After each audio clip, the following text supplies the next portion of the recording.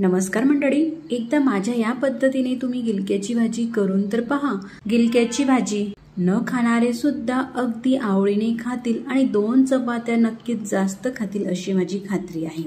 अतिशय चविष्ट, बनवायला सोपी आणि मोजक्या साहित्यात बनवलेली ही गिलक्याची रस्सेदार मसाली अशी भाजी।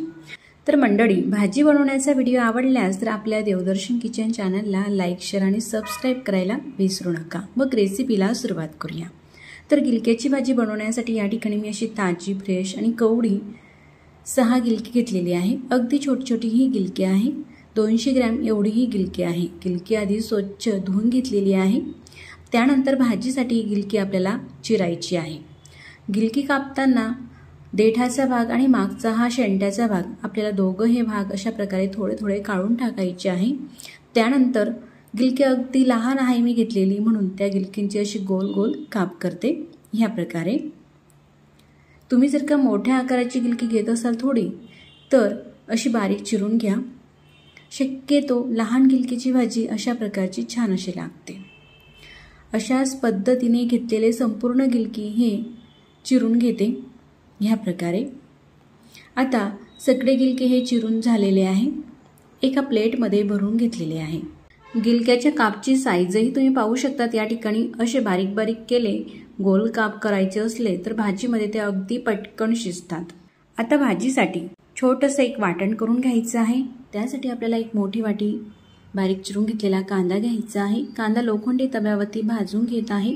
कांदा भाजत असताना त्यावरती थोडंसं तेल टाकायचं आहे, म्हणजे कांदा छान असा व्यवस्थित भाजला जातो।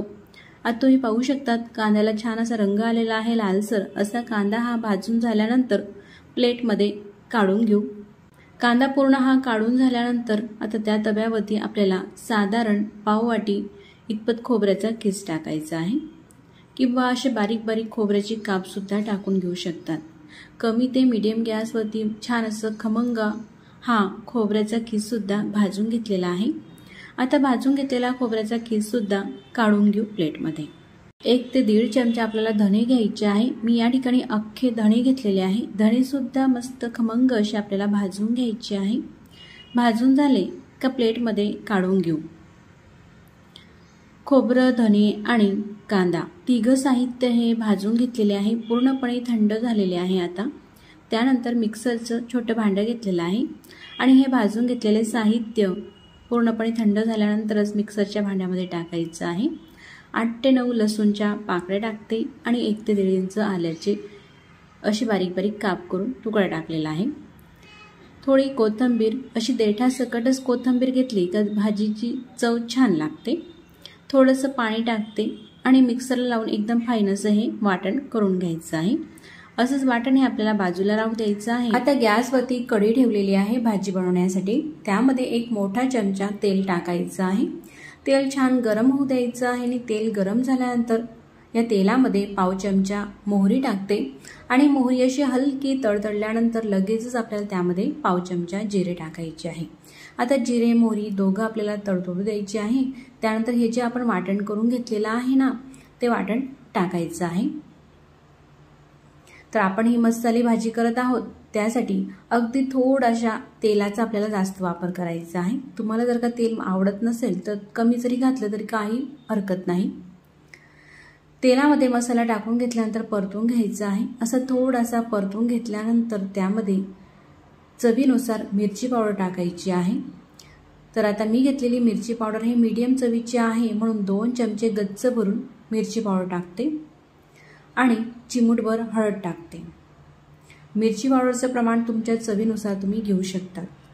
पाव चमचा गरम मसाला टाकते। तुम्ही कोणताही गरम मसाला यामध्ये वापरू शकतात आणि तुमच्या चवीनुसार तुम्ही गरम मसाला घालू शकतात।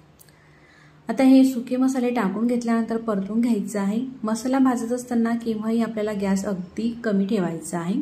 गॅस कमीच आहे। मसाला हा मिक्सरच्या भांड्याला काही चिटकलेला असतो, त्यासाठी त्यामध्ये थोडंसं पाणी टाकून ते पाणी आपल्याला ह्या मसाल्यामध्ये टाकायचं आहे, म्हणजे कढईमध्ये, जेणेकरून मसाले हे भाजत असताना कढईला करपणार सुद्धा नाही, लागणार सुद्धा नाही।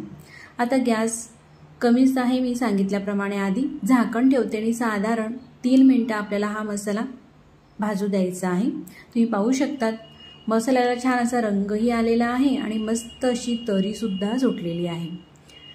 असा मसाला कमी गॅसवरती भाजू दिला का छान असे हे भाजले जातात, अजिबात जळतही नाही। असे मसाले भाजून झाल्यानंतर त्यामध्ये हे जे गिलके आपण कापून घेतलेले आहे ते गिलक्याच्या फोडी घालायचे आहे। आता ह्या मसाल्यामध्ये गिलक्याचे काप आपल्याला परतून घ्यायचे आहे। परतण्याच्या आधी चवीनुसार मीठही यामध्ये टाकून घेऊ। तर साधारण अर्धा चमचा मिठाचा वापर करते। तुमच्या चवीनुसार मीठ कमी अधिकही तुम्ही वापरू शकतात, म्हणजे भाजीनुसार टाकू शकतात कितपत तुम्ही भाजी करत आहात। तर अशा प्रकारे पूर्ण मसाल्यामध्ये मस्त असे हे मिक्स झालेले आहे। तुम्ही पाहू शकता छान असं कोटिंग झालेले आहे, पूर्ण फोडींना असा मसाला हा चिटकलेला आहे। त्यानंतर पुन्हा यावरती झाकण ठेवायचं आहे। मी पाणी वगैरे घातलेलं नाही, झाकण ठेवलेलं आहे। साधारण 2 मिनिटानंतर तुम्हाला दाखवते। मस्त आधीपेक्षाही आता छान मसाल्याला तरी सुटलेली आहे आणि गिलक्याच्या फोडीसुद्धा दाबून दाखवते चमच्याने, अशा त्या शिजलेल्या आहे, छान मऊ झालेल्या आहे। ह्या प्रकारे अशा ह्या फोडी शिजल्यानंतर व्यवस्थित असं मिक्स करून घ्यायचं आहे आणि त्यानंतर भाजीमध्ये पाणी टाकायचं आहे। तर या ठिकाणी मी गरम पाण्याचा वापर करते, साधारण 1.5 ग्लास पाणी घेतलेलं आहे।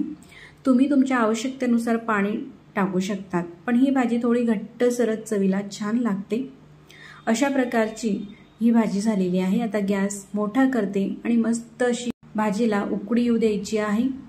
उकळी आल्यानंतर गॅस कमी करून घ्यायचा आहे, म्हणजे भाजीला छान अशी तरी सुद्धा सुटेल।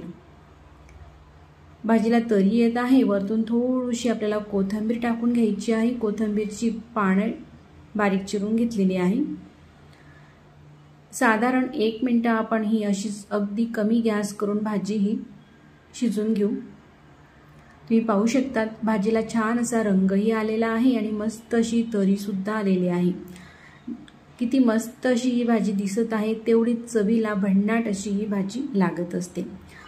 अगदी मोजक्या साहित्यामध्ये आपल्या हाताशी जे मसाले असतात तेच मसाले वापरून आपण ही मस्त अशी चमचमीत आणि झणझणीत गिलक्याची भाजी बनवलेली आहे। तर गिलक्याच्या भाजीचा व्हिडिओ तुम्हाला कसा वाटला मला कमेंट्स करून नक्कीच कळवा आणि व्हिडिओ तुम्हाला कुठल्याही क्षणी थोडा सुद्धा आवडला असेल तर नक्कीच व्हिडिओला लाईक करा आणि आपल्या देवदर्शन किचन चॅनलला सबस्क्राईब करा।